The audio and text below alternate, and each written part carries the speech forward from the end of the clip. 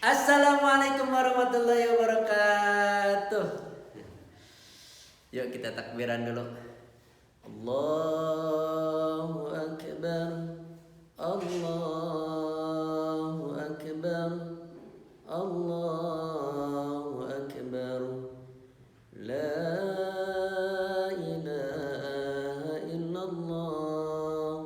Allahu Akbar. Allahu Akbar. Walillahil hamd. Allahu Akbar. Allahu Akbar. Allahu Akbar. La ilaha illallah. Allahu Akbar. Allahu Akbar. Walillahil hamd. Allahu Akbar. Allahu Akbar. Allahu Akbar. La ilaha illallah. Allahu Akbar.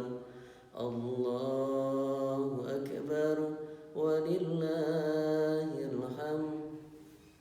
Anak-anak sekalian, sebentar lagi kita akan memasuki Idul Kurban, yang mana di dalamnya nanti ada takbiran.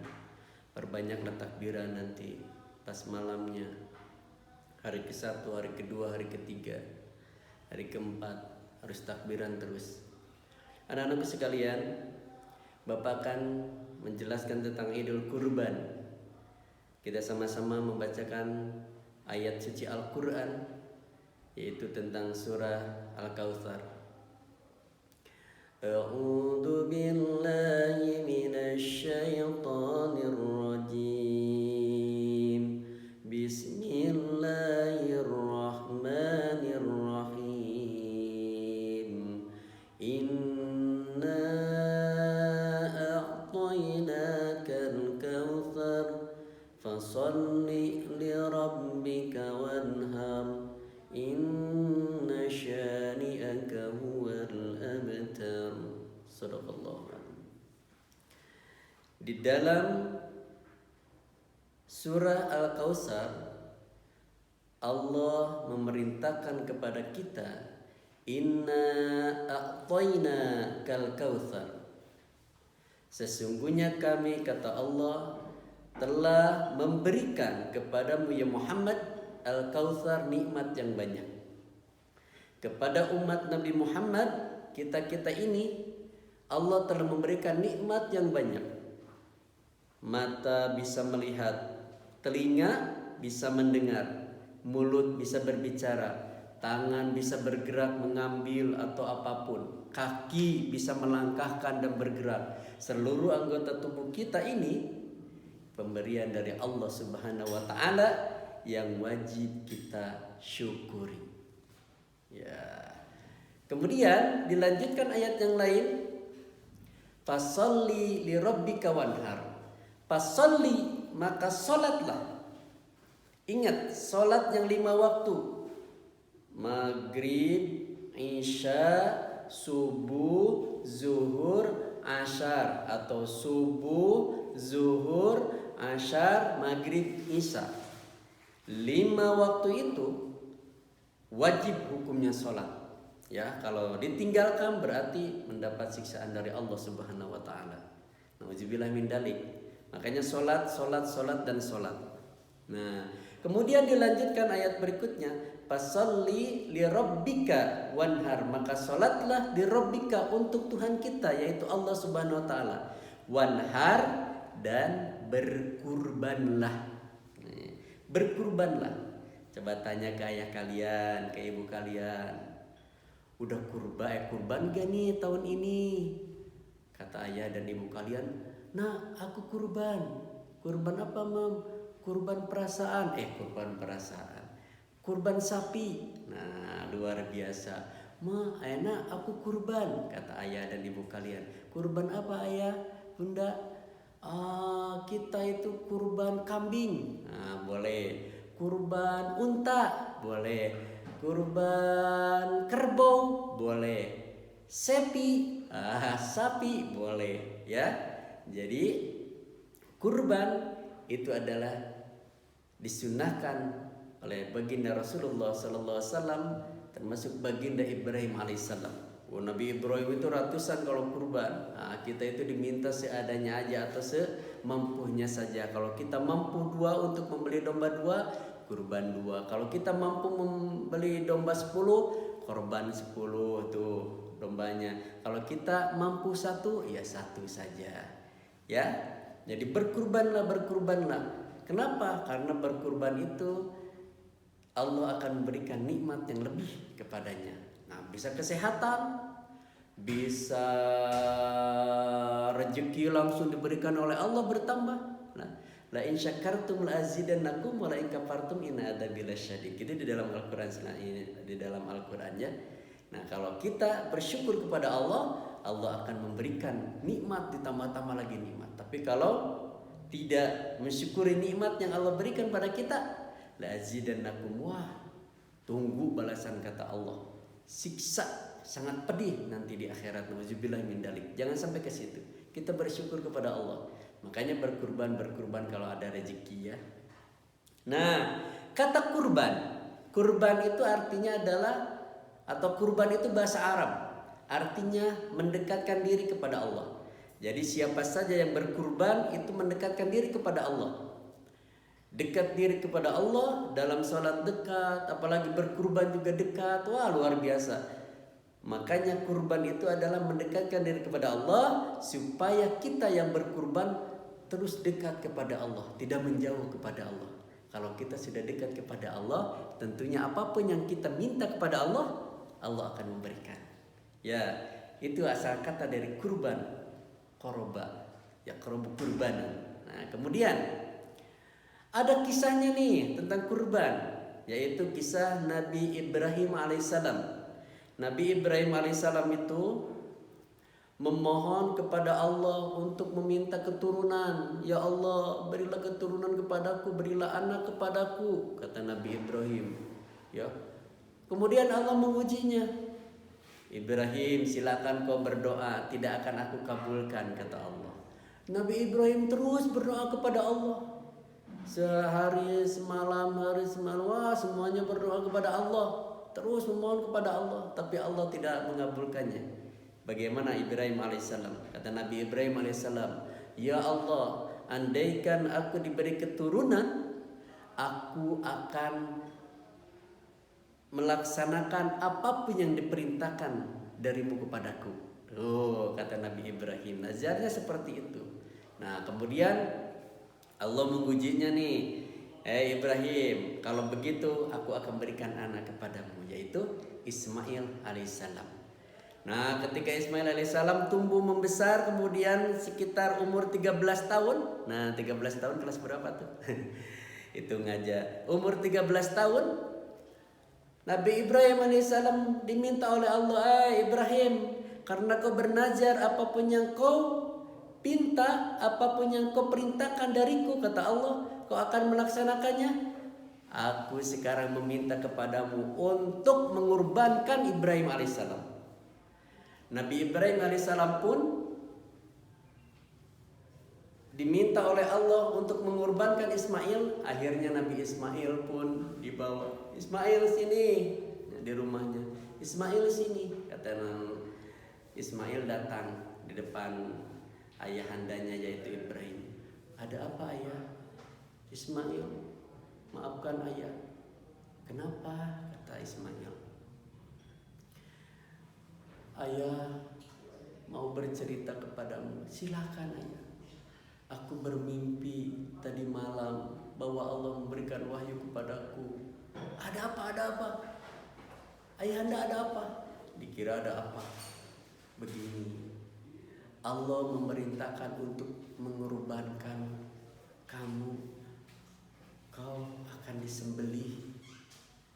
Bagaimana kalau kalian digitukan oleh ayah kalian? Takutnya, ayah jangan sama aku dulu, ayah aja duluan. Pasti akan seperti itu. Tapi Ismail alaihissalam dia adalah tunduk dan dia adalah patuh kepada kedua orang tuanya, Ismail luar biasa. Ayah, apapun yang diperintahkan Allah kepada ayahanda, aku siap melaksanakannya. Wis, luar biasa. Sekalipun dibunuh oleh Ibrahim, kalau perintahan Allah, tuh Ismail ini siap. Makanya kalian kalau ingin seperti Nabi Ismail alaihissalam, diperintahkan oleh ayah dan ibu kalian, harus siap.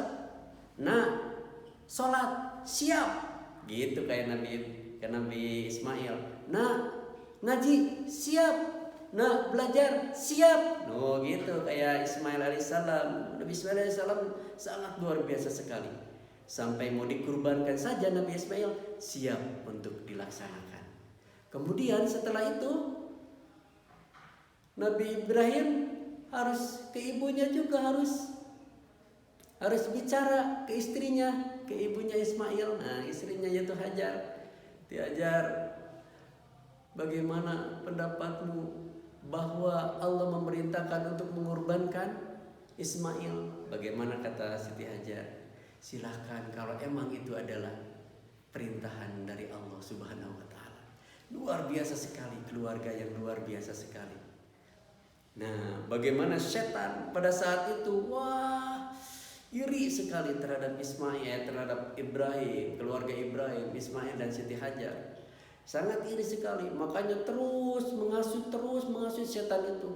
Terus aja mengganggu Ismail, Ibrahim dan Siti Hajar, tapi tidak terganggu mereka, beliau ini luar biasa sekali ya. Makanya kalau kalian harus tunduk ya, harus patuh kepada kedua orang tua kalian. Diperintahkan yang kebaikan oleh orang tua kalian harus ikutin. Contohnya seperti Ismail alaihissalam tadi. Nah, setelah itu saking hebatnya Ibrahim alaihissalam, saking luar biasanya Nabi Ibrahim alaihissalam diuji oleh Allah untuk menyembelih anaknya, makanya Allah memberikan sesuatu hadiah kepada Ibrahim alaihissalam. Ibrahim, pas mau disembelih udah terlentang Ismail di atas batu. Kemudian Ibrahim ayahandanya mau menghanguskan pedangnya ke leher Ismail. Iya, kemudian datang malaikat. Ibrahim, nah, Allah memerintahkan kepadaku, kata malaikat, gantilah Ismail itu dengan 1 ekor kambing. Akhirnya Nabi Ismail ini digantikan dengan seekor kambing. Tuh, tabah, luar biasa ujian dari Allah, dilaksanakan terus oleh Ibrahim alaihissalam, akhirnya diberi karunia. Akhirnya setelah Ibrahim tumbuh membesar, Nabi Ibrahim pun dikaruniai anak lagi, yaitu Ishak dan yang lain-lainnya. Luar biasa sekali. Makanya Nabi Ibrahim ini keturunannya banyak yang menjadi nabi. Makanya Ibrahim disebut dengan Abu Anbiya atau bapaknya para nabi. Luar biasa. Nah, itu kisah Nabi Ibrahim. Kemudian hikmahnya apa? Nih, kalau kalian menyembelih seekor kambing, Allah akan memberikan 1 helai bulu di kambing itu 1 kebaikan. Bayangkan berapa tuh bulu tuh, hitung sama kalian tuh yang di kambing itu. Sampai pakai kalkulator pun susah menghitungnya. Dari kepala, tangan, kaki, badannya dihitung. Nah, kemudian itu yang akan diberikan oleh Allah pahala. 1 helainya adalah 1 kebaikan. Luar biasa. Begitu juga sapi, semakin besar semakin banyak bulunya. Ya. Nah, itu diperlihatkan oleh Allah Subhanahu wa Ta'ala, diberikan pahala yang luar biasa. Kemudian si kambingnya atau yang disembelihnya nanti di yaumul qiyamah, di alam mahsyar nanti akan menjadi teman baginya yang menyembelihnya. Teman apa? Nanti untuk melewati Shiratal Mustaqim, jalan yang lurus nanti ya. Shiratal Mustaqim yang luar biasa jalannya. Nauzubillah min dzalik, di bawah neraka, di atas Shirah. Nah, kalau kalian nyembelih akan ditemani. Itu yang akan menjadi tunggangan kalian ya. Kemudian itu hikmahnya ya. Nah, Bapak minta kepada kalian bahwa di bulan Zulhijjah atau Idul Adha ini Nabi Muhammad SAW menyunahkan kepada kita untuk puasa di hari Arafah di tanggal 9 Zulhijjah. Kalau tanggal 10-nya kan nyembeli. Nah, tanggal 9-nya sebelum takbiran itu disunahkan untuk berpuasa Arafah ya. Nah, puasa ini, kalau kalian berpuasa di satu Arafah ini, Allah akan menghapus dosa-dosa kalian sebelumnya 1 tahun dan kedepannya 1 tahun, berarti 2 tahun.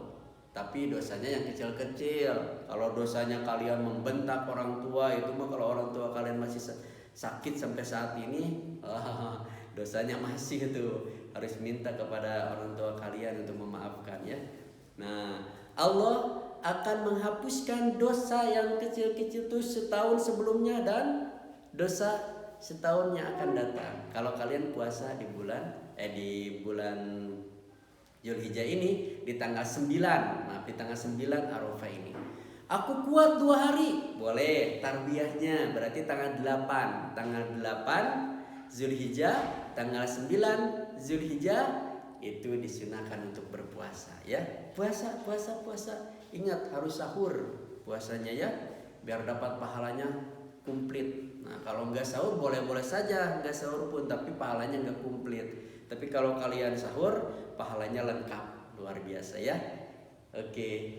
Itu dari Pak Denny. Nah, sekarang Pak Denny meminta kepada kalian nanti pas Idul Kurban tanggal 10 Zulhijjah itu, pas nanti insyaallah kemungkinan hari Jumat ya, hari Jumat Idul Kurban. Nah, berarti hari Kamis dan Rabunya puasa ya. Kalau enggak kuat 2 hari berarti hari Kamisnya. Nah, hari Jumatnya Idul Kurban, Bapak minta kalian menuliskan pengalaman kalian ketika pandemik seperti ini. Idul Kurban di tempat kalian seperti apa, atau kalian Idul Kurbannya seperti apa ya. Pak, aku mau berangkat ke lapang, tapi pakai protokol yang bagus, yang baik, boleh dicatat di situ. Berbentuk gambar boleh, berbentuk komik boleh, berbentuk apapun boleh. Yang jelas nanti Bapak ingin lihat ya. Itu aja daripada nih. Oke. Mudah-mudahan kalian sehat selalu. Jangan lupa sholat. Hormati kedua orang tua kalian seperti Ismail alaihissalam ya. Itu aja daripada ini. Assalamualaikum warahmatullahi wabarakatuh.